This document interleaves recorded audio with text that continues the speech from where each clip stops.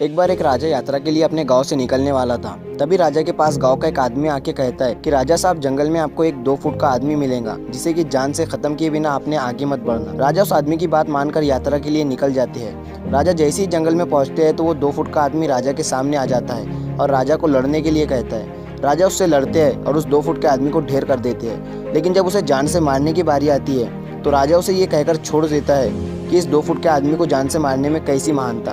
3 दिन के बाद वो 2 फुट का आदमी फिर से राजा के सामने आता है, लेकिन अब वो 4 फुट का हो चुका था। राजा उसे फिर ढेर कर देता है और फिर छोड़ देता है। 2 दिन के बाद फिर से वो आदमी राजा के सामने आता है, लेकिन अब वो 8 फुट का हो चुका था। लेकिन इस बार भी राजा उसे छोड़ देता है और इसी तरह राजा उसे छोड़ते जाता है और वो आदमी हर बार बड़ा होते जाता है। और एक दिन ऐसा आता है कि वो आदमी राजा से भी बड़ा हो जाता है और राजा को मार देता है। दोस्तों, हम भी अपनी ज़िंदगी की छोटी छोटी प्रॉब्लम को इग्नोर करते रहते हैं, जो बाद में बहुत बड़ी बनकर हमारे सामने आ जाती है।